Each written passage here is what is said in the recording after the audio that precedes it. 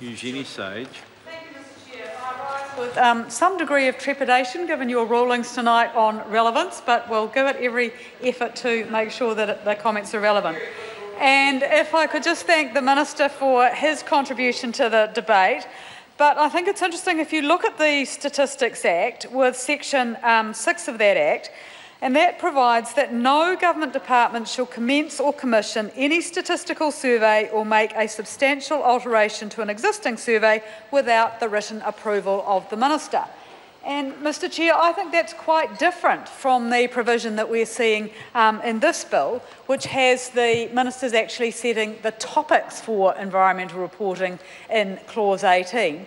In the Statistics Act, it's the actual government statistician which comes up with the ideas and the proposals for statistical surveys. The Minister simply has to approve them.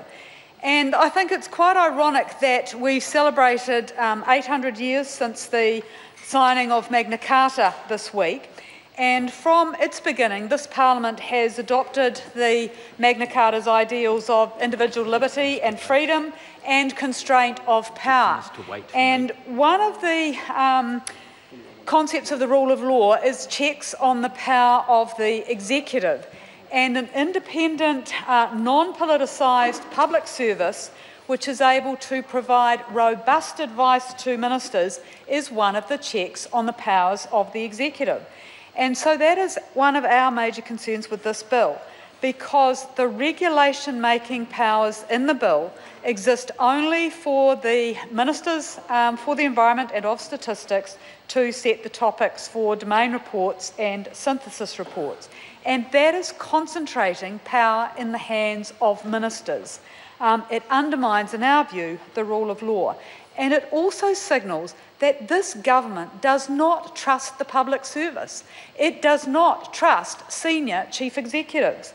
And by enabling the topics to be set by ministers, it is politicising this whole process. That's why my SOP and the changes it proposes to Clause 18 provides for a much more independent and robust system, because under the SOP, the government statistician and the Secretary for the Environment, instead of ministers, would determine the topics to be covered in both the synthesis and the domain reports, and the process that's set out in the bill for there to be consultation with the public, iwi, local authorities and the Parliamentary Commissioner for the Environment would continue. And instead of having regulations, there'd be no need for those. The topics would be simply notified in the Gazette. And so that's one of the changes in the SOP. The other one other ones I'd like to comment on are the changes to clauses 7 to 10, because clauses 7 and 7 and 10 set out the content of the synthesis reports and the domain reports. The synthesis reports being produced every 3 years, and the domain reports on an occasional basis every 6 months. Now, Clause 7 at the moment lists the matters which the synthesis reports should cover, and the pressures that are causing or may cause changes to the state of the environment, and the impacts that those changes may be having on ecological integrity, public health, the economy, te ao Māori, and culture and recreation.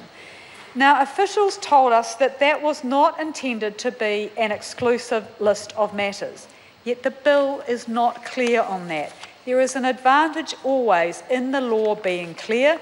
It reduces the scope for litigation.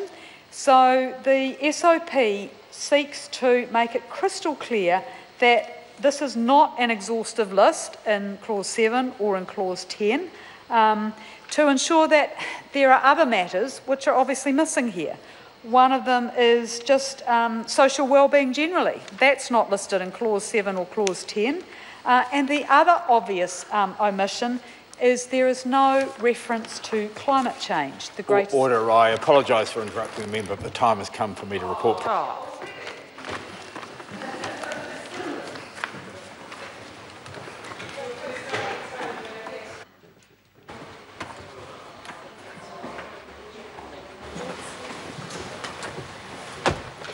Members, the House is resumed. Mr. Chair. Mr. Speaker, the committee has considered the exclusive economic zone and Continental Shelf Environmental Effects Transition Provisions Amendment Bill and reports it without amendment. The committee has also considered the Environmental Reporting Bill and reports progress. The committee did not consider the New Zealand Superannuation and Retirement Income Amendment Bill and therefore reports no progress. Mr Speaker, I move that the report be adopted. The question is that the report be adopted. All those in favour will say aye. Aye. Against? The report will be adopted.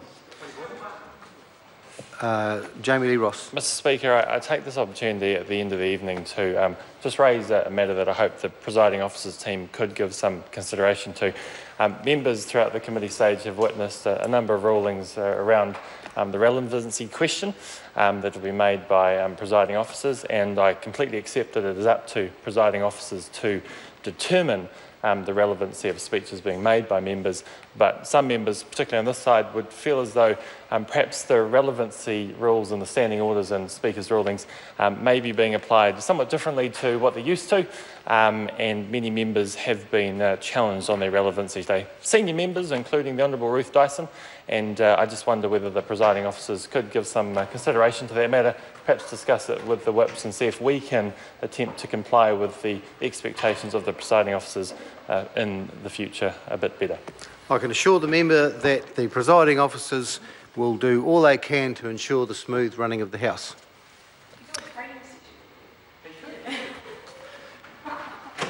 Members, the exclusive Economic Zone and Continental Shelf Environmental Effects Transitional Provisions Amendment Bill is set down for third reading next sitting day, and the Environmental Reporting Bill, the New Zealand Superannuation and Retirement Income Amendment Bill, is set down for further consideration in committee next sitting day. Members, the House stands adjourned until 2 p.m. tomorrow. Nō reira, tēnā koutou, tēnā koutou, tēnā koutou katoa.